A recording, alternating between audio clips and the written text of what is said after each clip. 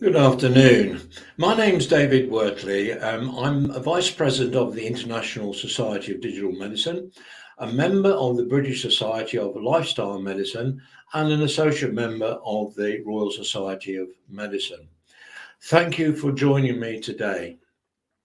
Before I start with my presentation, I make it quite clear that some of the views and opinions in this presentation may be controversial and open to misinterpretation. These views, ideas, and opinions are entirely my own and should not be interpreted as being representative of the organisations I'm proud to be associated with, and that includes the British Society of Lifestyle Medicine, the International Society of Digital Medicine, and the Royal Society of Medicine. Also, because of the content in this presentation, I also want to make it absolutely clear that whilst digital health, medicine, and therapeutics technologies can be a tremendous enabler for improving physical and mental health, I'm going to share some of my experiences with you, they should never replace the human skills, judgment, and empathy of a caring, trained professional medical practitioner. Having said all that, I'm now going to go into my presentation and share with you some of my experiences of digital technologies and their use in influence behaviours in lifestyle medicine. Life, in my opinion, is a wonderful journey, and it's a journey that's different for every human being. And although we know the starting point and end point of life's journeys and can anticipate some of the milestones and highlights along the way, such as starting school, adolescence, sickness, work, having a family, and entering old age, we cannot really anticipate how long, easy, or hard life's journey will be. We're not born into a world with equal circumstances. Everyone is born into different circumstances. Our genetic profiles, location, and social and economic circumstances will influence the availability of life's journey routes, length, and quality. So, our body is life's journey vehicle, and it's our body which will transport us through life's journey. And our physical and mental capabilities and motivations are the driver for this vehicle that takes us through life's journey and are the most important influences that we have at least some control over in the way that they can shape the length and quality of our journey. So I'd like you to imagine that your body is like a car. Now, going back in time to the 1950s, the manufacturing processes that create human beings don't use precision engineering to ensure that every human being that comes off the production line is identical and perfect. We're all different and we're all imperfect in our natures and our physical and mental capabilities. Some of us are born with severe limitations, whilst others are restricted in what they're capable of. So if you use the analogy of a car and use the difference between cars like the old Humber Snipe that we used for family holidays back in the 1950s and a modern car like the MG Mini that I drive now, there is a world of difference in the reliability, ease of driving, and functionality. And going back to the 1950s, the Humber Snipe that you see there was the car that used to take my uncle, my auntie, my mum and my dad, my two cousins on our holidays. And we had it nicknamed the Bomb. There was a lot of affection for this car. And even though every time we took it out for any length of journey, my uncle and my dad used to do some servicing, check the oil and clean the plugs and the rest of it before we ever set out. Even despite all of that and looking after it very carefully, it still broke down quite regularly. But today, we are used in the cars we drive to be able to get into the car, turn the ignition key or press a button and have the car straight away, not worry about how hard the car is to drive. And in many ways, the likelihood of it breaking down or having any problems on our journey. So if we look at how the technology within cars has changed in the last century, we can see the influence of digital technologies and in managing the health and status of our vehicles. The old dashboard of the 1950s Humber Snipe was very basic, whilst a modern car is constantly diagnosing itself and issuing alerts, as well as providing tools like Satnav that not only show us where we are, but can also guide us to the destinations of our choice. So times have changed drastically between the 1950s and today. Now, older vehicles like the Humber Snipe required regular servicing by skilled mechanics. These were the knowledge professionals of cars.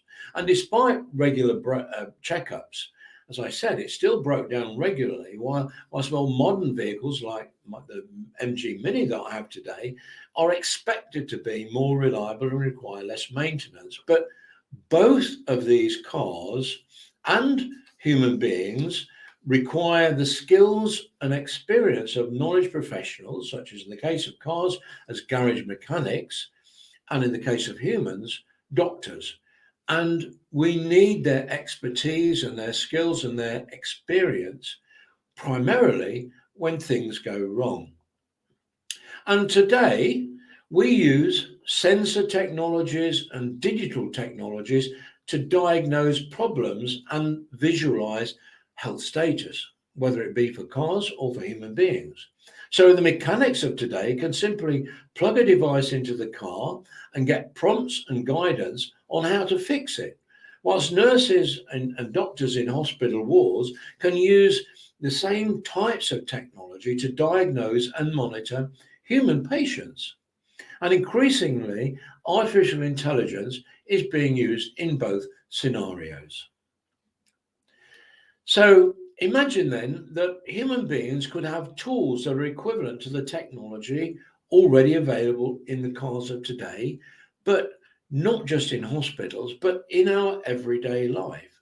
And that these tools could act as a health Satnav to guide us to a chosen destination and make our life journey as smooth and enjoyable as possible. These technology already exists today for human beings in the form of wearables and or embedded devices linked to smartphones. Wearable devices like smartwatches and fitness trackers are evolving very rapidly to the point where we are now reliably able to monitor the same vital signs that doctors rely on for their diagnoses. The mobile device applications on smartphones not only track these vital signs, but also have the potential to act as a health Satnav with prompts and hints, which can help us to improve our health status and the quality of life's journey.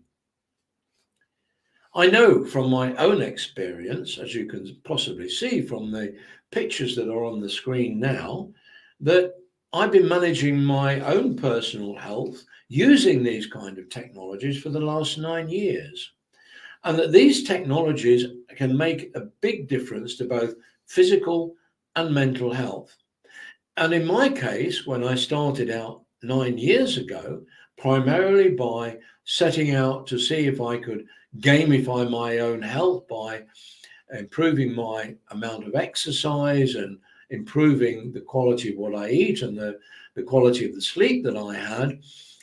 I started out 9 years ago, and within 3 months, I'd lost 21 kilograms.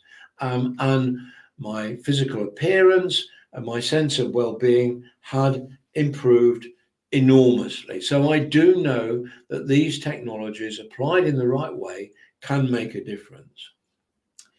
So as well as offering Satnav style guidance and hints on exercise, diet, nutrition, hydration, sleep, and meditation, these are the key lifestyle medicine pillars. And I believe there's untapped potential in what I describe as a digital health barometer, capable of aggregating and personalizing our health index based on the vital signs readings from wearables. Now, because we're all different, this vital sign index is likely to be different for every human being. So if you're using your weight, your body mass index, your pulse rate, your blood pressure, all of the key vital signs to bring together into a common index, it's likely to be different for every single one of us. But what is important is the ability to be able to detect changes in this health index. So the aim of the digital health barometer will be to monitor our overall health index and to detect any changes in the index. And these changes can be used to either motivate us to continue healthy lifestyle practices or healthy lifestyle practices, or to alert us to either change our behaviors or to seek clinical advice. Now, to talk about the pros and cons of medical device classification. And this is where perhaps it gets a little bit controversial. I want to make it clear that I fully accept that devices used to diagnose patient health need to be validated for accuracy and reliability. But the downside of that is, with the pace of change in software and hardware development, all of this is a barrier to innovation. Now, I know that wearable devices should and do need to attain a degree of accuracy when measuring our vital signs, but the more important factor, in my opinion, is not that every device should be consistently accurate to the best standard, but the important fact is that every device should be consistent and reliable and capable of accurately detecting change. So in other words, if the same device is used on different people, it measures that in exactly the same way. And if different devices from the same manufacturer, in other words, the same device but a different model is put on our wrists, it should be reflecting exactly the same data. And so there should be no variations as a result of manufacturing deficiency. So if it's able to do this, and if it's able to detect the changes in our health status, then this is what I believe is the most critical factor. And so I will go on to argue that everyone, whatever their social status, wherever they are in the world, anyone who wants to improve their physical and mental health should be given a validated wearable device free of charge by those stakeholders in health, such as employers and insurers, etc., on the understanding that their data is anonymized, that it is kept secure and private, and that this data can be used to improve not only their own health and contribute to the sustainability of public health services. So, at the very least, this kind of strategy of universal access to solid, reliable, wearable devices would at least help every user to get more informed health treatment, because their vital signs would be tracked and accessible to clinicians. And in a recent publication that I saw only earlier this week, I noticed that Google are now offering a platform to take data from devices like the Fitbit Sense and use this as a way of tracking patient health data. So this kind of solution are already in the pipeline. So I want to thank you all for joining me today, and I hope that you found this very worthwhile. So I'm now going to draw the presentation to a close and say thank you once again.